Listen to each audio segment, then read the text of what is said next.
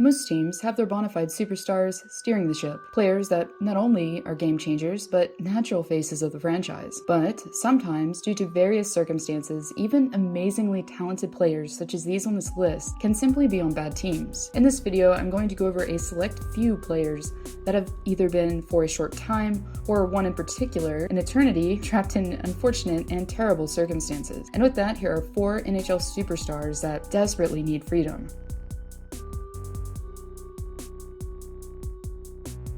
As you'll quickly realize, we're going to begin with the situation that's not the worst and kind of work our way up eventually to the one that is. And for Elias Pettersson, the former 5th overall pick, well, the Swede has seen much sweeter days as a Canuck. Following a surprising run to the second round in the bubble last postseason, Vancouver looked like it would be battling yet again for a playoff spot in 2021. With a roster bursting with talent on paper, with players such as former 29-goal scorer Brock Boeser, Captain Bo Horvat, 53-point getter Quinn Hughes, and the 2019 Calder recipient himself, Elias Pettersson, just to name a few. As a team made some moves to retool the roster, with limited cap resources, they were forced to let go of 2 core pieces, such as Jacob Markstrom and Chris Tanev, while replacing them largely with Nate Schmidt and Braden Holtby. And as much of us have witnessed and absorbed the travesty of a season that's been taking place in BC, it's beginning to look like things may get worse before they can get better, despite a recent winning streak, as the Canucks currently, by win percentage, are 7th from the bottom, sporting a losing record and are below .500. Pettersson, who has been battling injuries as of late, has been vocal about his frustrations recently in the season. Around a month earlier, as the Canucks were sporting a 6-game losing skid after falling to the Calgary Flames, Pettersson, when asked about his thoughts, said, "It's frustrating. Everyone in our group,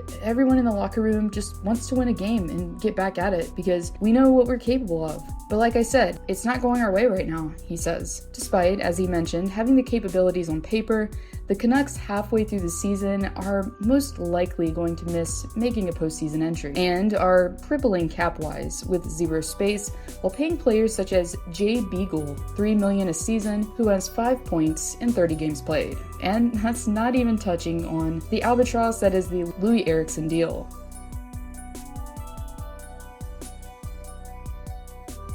When Patrick made his way to the States, the buzz was electric in Columbus, as a team who hadn't had a bona fide star player since Artemi Panarin would finally be able to be even more competitive offensively. But soon after settling in with his new club, problems began to quickly surface for the previous 44-goal scorer. While the hockey world, with suspecting eyes, witnessed another John Tortorella benching, this ordeal would begin to highlight the downfall of the Columbus Blue Jackets statistically. Laine, who was desperately trying to escape another less than favorable situation in Winnipeg, has apparently been thrust into yet another, as a team who banked on Max Domi becoming their #1 center was riding on pure optimism early in the season that Jack Roslovic could possibly be the answer. But as losses have been piling up for the Jackets, it's become increasingly apparent that their season may be a botched one at this point in time. Currently sporting a losing record, Columbus is far from where they set out to be in 2021. After his second benching here recently, Laine, during post-game interviews, couldn't hold back his frustrations after scoring a power play goal prior to the benching. As the forward told the media, "I thought I was playing good, but I guess I thought wrong," while also telling the Athletic's Aaron Portzline that his confidence was, quote, "probably closer to 0. With 12 points and 20 games played thus far for CBJ, hopefully number 29 can yet again find his swagger as a Jacket. But as long as Coach Tortorella is behind the bench, I'm afraid it's just the optimist in me saying that." Sure, you guys think I don't want to play Patty? I mean, I want to play him, but I still have to make calls as far as how the players are playing at that particular time. I'll go a little deeper for you, just to try to explain it so you understand it. I thought Patty probably played one of his best periods in the first period.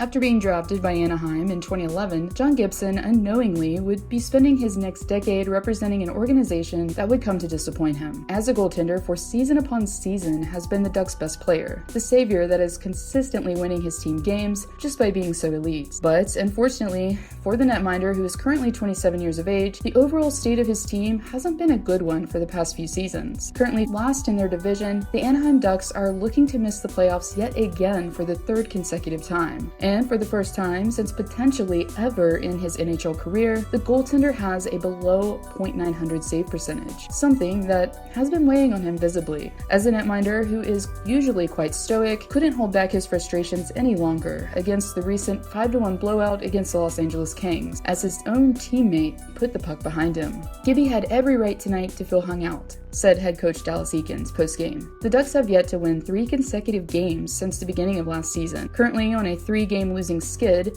many can't help but wonder how much more of this can the goaltender take.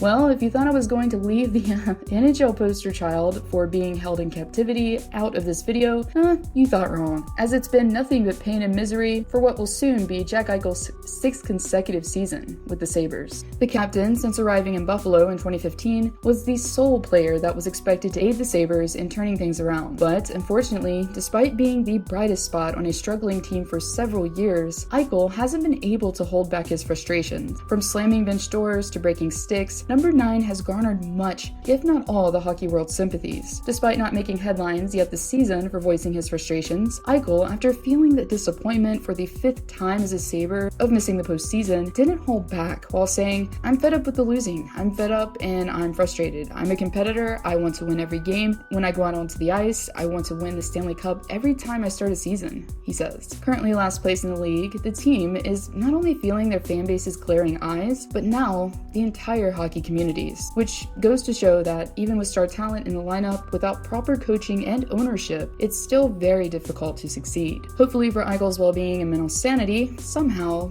the previous 82-point scorer can feel what it's like to finally play for a winning team, sooner rather than later.